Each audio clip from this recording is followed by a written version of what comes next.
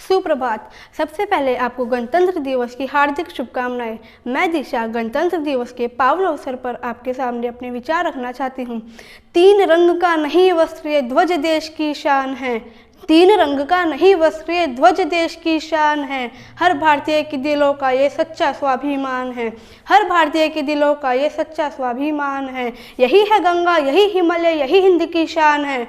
यही है गंगा यही हिमालय यही हिंद की शान है। 3 रंगों से रंगा हुआ ये प्यारा हिंदुस्तान है। 3 रंगों से रंगा हुआ ये प्यारा हिंदुस्तान है। गणतंत्र का अर्थ है जनता के लिए, जनता द्वारा, जनता का शासन। 26 जनवरी 1950 को हमारा देश एक गणतंत्र देश बना। नेताजी सुभाष चंद्र बोस, बाल गंगाधर तिलक एवं राम प्रसाद बिस्मिल जैसे महान स्वतंत्रता सेनानियों के तपस्या एवं बलिदान के कारण हमारा देश आज़ाद हुआ। आज़ादी से पहले हमारे यहाँ अंग्रेजों का शासन था। यह देश उनके द्वारा बनाए गए मनमाने नियमों के आधार पर चलता था। 15 अगस्त 1947 को हमारी आज़ादी के बाद हमें अपने नियम और संविधान के अनुसार ही जीना था। इसके लिए डॉक्टर बाबा साहब बी आर अम्बेडकर तथा राजेंद्र प्रसाद जैसे महान विभूतियों के 2 साल 11 महीने 18 दिन के कड़ी मेहनत के बाद हमें अपना एक नया संविधान मिला, जिसे 26 जनवरी 1950 को लागू कर दिया गया। इसी संविधान की छत्र छाया में हमारा देश निरंतर प्रगति के पथ पर आगे बढ़ रहा है। गणतंत्र का संबंध हमारी स्वतंत्रता से है, हमारी देश की आज़ादी से है। आज़ादी का असली मतलब वही समझ सकता है जिसने गुलामी की जंजीरें देखी हो। सुख के आनंद का सागर वह बता भी नहीं सकता जिसने दुख की दावानल की लपटों का कष्ट झेला हो। हम बहुत ही सौभाग्यशाली है जो हमने स्वतंत्र भारत में जन्म लिया। यूँ तो आज़ादी की लौ 1857 में ही लग गई थी, 1857 में ही जल गई थी। वही लोग मशाल बनकर 1947 में हमारे देश को आज़ाद कराई।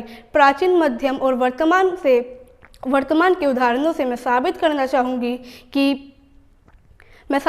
चाहूँगी कि जब हम फिरंगियों के फंदे में फंस गए थे तो रंग दे बसंती चोला की एक ही आवाज़ पर टोलों के टोल उमड़ आते थे और वंदे मातरम के नारे अंग्रेजी शासकों की जड़ों में तूफान ला देते थे। लोग मर जाते थे, मिट जाते थे, फंदे को चूम लेते थे, तो भी वे अपनी देशभक्ति को साबित कर रहे होते थे, क्योंकि उस दौर की ये ज़रूरत भी थी और देशभक्ति की कसौटी भी। इसके बाद 1962, 1965, 1971 के युद्धों में सुहाग को खो देने वाली माँ फिर भी अपने वतन के खातिर अपने जिगर के टुकड़ों को सरहद पर बलिदान के लिए भेज देती थी, क्योंकि उस समय देश बलिदान मांग रहा था। आज हमें मरने के लिए, लड़ने के लिए, फांसी पर चढ़ने के लिए कोई नहीं कहता, क्योंकि हम एक स्वतंत्र भारत में पैदा हुए हैं। भारत का अगर हर एक नागरिक अपने कर्तव्य का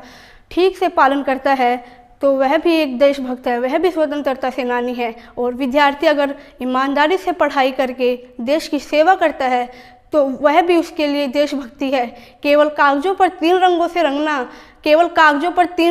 रंगना या डिब्बों को रंगकर बाद में कूड़ेदान में फेंक देना, यह कोई देशभक्ति नहीं है। अंत में आपसे यही कहना चाहूँगी, अपने परिवार, अपने समाज, अपने देश के लिए समर्पण का भाव है देशभक्ति। हर देशद्रोही के जीवन में आने वाला तूफान है देशभक्ति, ताकि हर देशद्रोही समझ सके कि अगर तू परिंदा है तो ये आसमान तेरा है, अगर तू दरिंदा है तो ये शमशान तेरा है। भाईचारे से रहना है तो रह ज़मीन पर, वरना ये कब्र भी तेरा है और ये कब्रिस्तान भी तेरा है। ना सरकार मेरी है ना रब मेरा है, ना सरकार मेरी है ना रब मेरा है, और ना ही बड़ा सा नाम मेरा है। सब इसी बात का स्वाभिमान है मुझको कि मैं भारत की हूँ और ये भारत मेरा है। जय हिंद, वंदे मातरम। धन्यवाद।